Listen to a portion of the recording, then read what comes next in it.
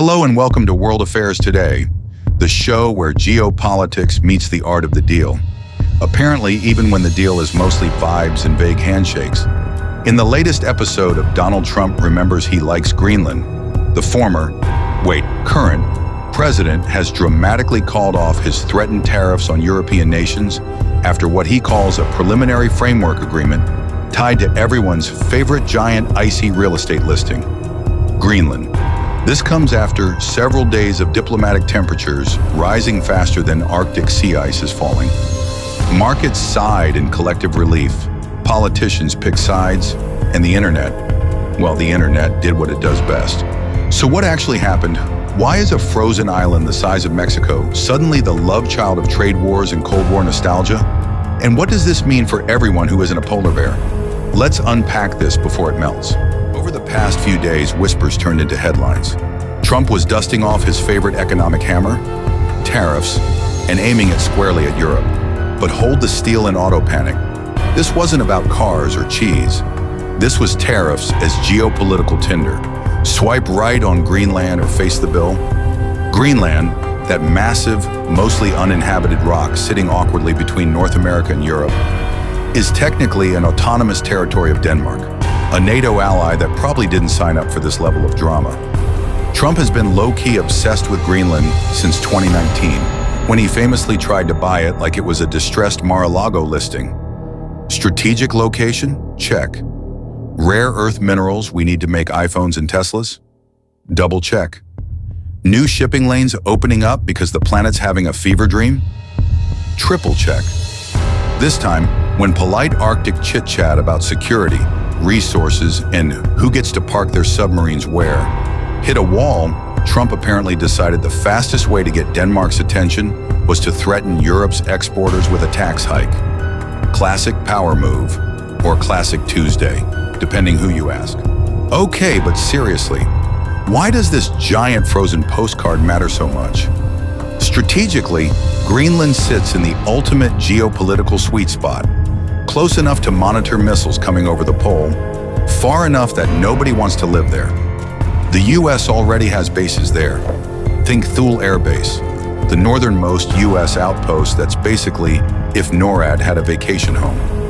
Then there are the rare earths, the 21st century version of oil. Greenland apparently has piles of the stuff we need for EVs, wind turbines, and every gadget you panic bought during the chip shortage. Right now, China owns most of the global supply chain, so the West is desperate for Plan B. Greenland is Plan B with penguins. Oh, and climate change is handing out free shipping routes like Costco samples. The Northwest Passage is becoming less of a legend and more of a highway. Whoever controls Greenland basically gets a front row seat to the new Arctic gold rush. No wonder everyone's suddenly very interested in a place most people couldn't point to on a map. Financial markets reacted like someone just canceled finals week. Stocks popped, especially tech and energy names that were bracing for another supply chain tantrum. Investors had been pricing in fresh transatlantic drama, the kind that makes shipping costs spike and inflation throw another party. Europe's exporters, already dealing with enough headaches, basically sent Trump a fruit basket. Analysts called it a welcome dose of adult supervision in global trade, which coming from finance people is basically a love letter. Politically, it's the usual circus. Trump fans are calling it 4D chess. Threaten tariffs, get a deal, look strong. Critics are calling it, well, the same thing they always call unpredictable tariff threats. Diplomatic Russian roulette with NATO allies. European leaders did the polite golf clap. We welcome de-escalation and cooperation among friends. Translation, please don't do that again. Security wonks remind everyone that NATO unity is kind of important when other powers are circling the Arctic like sharks. So for now, everyone's pretending to be on the same team? Again, this framework is basically a prenup, promising but not exactly binding.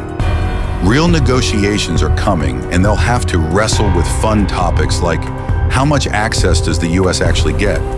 What about environmental red flags and the actual Greenlanders who live there? What happens if someone blinks first next month? Tariffs are paused, not buried. If talks go sideways, we could be right back here. Stay tuned. In short, Trump blinked first, or claims he got everything he wanted? You decide. Tariffs are off the table for now, and Greenland remains the Arctic's most expensive conversation starter. It's a reminder that in 2026, trade, security, climate, and minerals are all just different rooms in the same chaotic house party. Thanks for watching World Affairs Today. Stay curious, stay skeptical, and we'll see you next time something inevitably melts or gets threatened with a tariff.